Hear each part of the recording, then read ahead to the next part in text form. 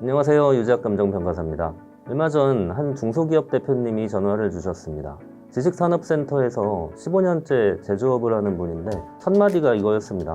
자산 재평가를 하면 금리가 낮아질까요? 그런데 요즘 지산 시세가 분양가보다도 낮게 형성된다는 얘기를 들었습니다. 지금 재평가를 해도 의미가 있을까요? 대표님 목표는 명확했습니다. 자산 가치를 상승시켜서 재무 비율을 개선하고 부채 비율이 안정되면 금리를 인하하겠다. 금융 비용을 절감하겠다는 뜻이었습니다. 문제는 하나였습니다. 지식산업센터 시세가 하락했다는데 우리 건물도 그 영향권인가? 오늘은 그 질문에 대한 객관적인 답을 드리겠습니다. 요새 업계에서 자주 나오는 표현이죠. 입주시장에서 잔금 대출이 안 나온다. 공실이 많다. 분양가보다도 떨어졌다. 이 말들은 사실 최근 분양된 특정 지역에서 실제로 나타난 현상입니다. 보고서 기준으로 문제는 이런 곳들입니다.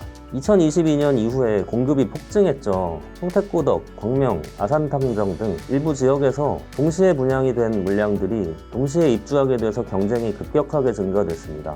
거기다가 분양가가 높아서 입주 시점에는 시세가 분양가보다 더 떨어지는 지역도 있습니다. 동시에 입주하다 보니 공실률이 상승하고 임차인 확보가 지연되고 잔금 대출이 안 나와서 연체 위험까지 증가했습니다. 즉 지산이 안 좋다라는 말의 대부분은 분양가가 비싸고 동시에 입주한 지역들을 가리킵니다. 그런데 이런 지역이 아니라 이미 입주가 끝나고 이미 안정화된 기존 지식산업센터 시장이 있죠. 대표님 건물은 여기에 해당됐습니다. 입주 완료 후 수년 동안 공실률이 낮았고 임대 수요도 안정적으로 나오고 있습니다. 거기다 입지와 접근성이 이미 시장에서 검증된 지역이죠. 또 주변 기업들의 유지 비율까지 높아서 변동성이 적죠. 이 두 시장은 구조가 완전히 다릅니다. 제가 대표님께 자료를 보여드리면서 이렇게 말씀드렸습니다. 대표님 건물은 주변의 높은 분양가 때문에 상대적으로 가격 대비 안정성이 더 뚜렷하게 보일 수 있습니다. 객관적 근거는 리포트에 그대로 나옵니다. 성수, 문정, 가산 이런 기존 지산 밀집지는 오피스 대체 수요가 꾸준하게 유지되고 있습니다. 이런 지역들은 땅이 모자라서 새로 지산 짓기도 어렵고요.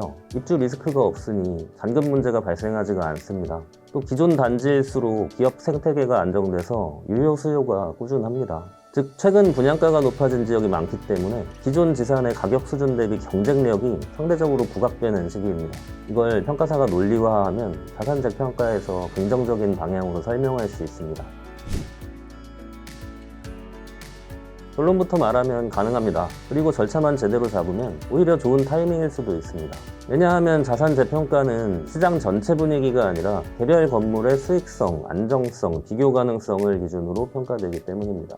평가할 때 핵심 포인트는 다음과 같습니다. 첫 번째, 주변 대비 가격 갭을 분석합니다. 인근 신규 지식산업센터의 분양가가 높게 형성돼 있기 때문이죠. 반면 기존 지산의 실제 매매가는 상대적으로 낮기 때문에 이 가격 격차가 기존 지산의 매력도를 설명하는 논리가 됩니다.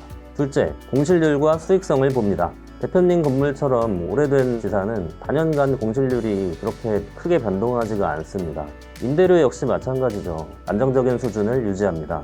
또 주변 기업의 수요가 꾸준하죠. 이런 자료는 재평가에서 굉장히 강력한 긍정 요소입니다.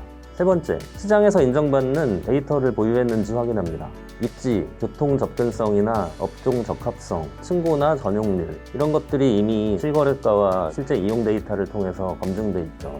이렇게 되면 은행이나 감사에서 신뢰하기가 굉장히 좋은 구조가 형성됩니다. 여기까지 확보되면 지산 시장이 어렵다는 외부 뉴스는 큰 의미가 없습니다. 평가 대상이 속한 개별 시장의 안정성이 더 중요하죠.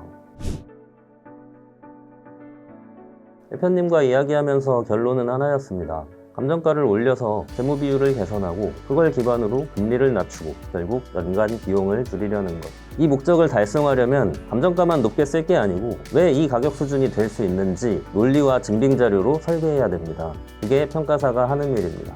평가 시 필요한 작업은 다음과 같습니다. 비교 사례를 정밀하게 검증해서 시장 왜곡 요인을 제거합니다. 기존 시장에 있는 거래 사례를 가져와야겠죠. 또 주변의 고분양가가 만든 상대적 경쟁력을 분석합니다.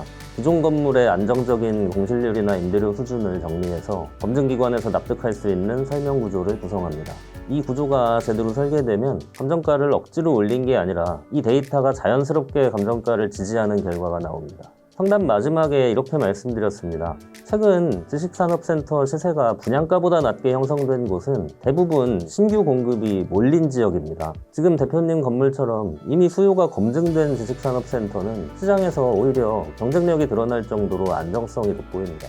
금리와 비용 절감을 목표로 한다면 지금 재평가는 충분히 시도해 볼 만한 시점입니다. 지식산업센터 시장 전체가 어렵다고 해서 모든 지식산업센터가 같은 평가를 받는 건 아닙니다.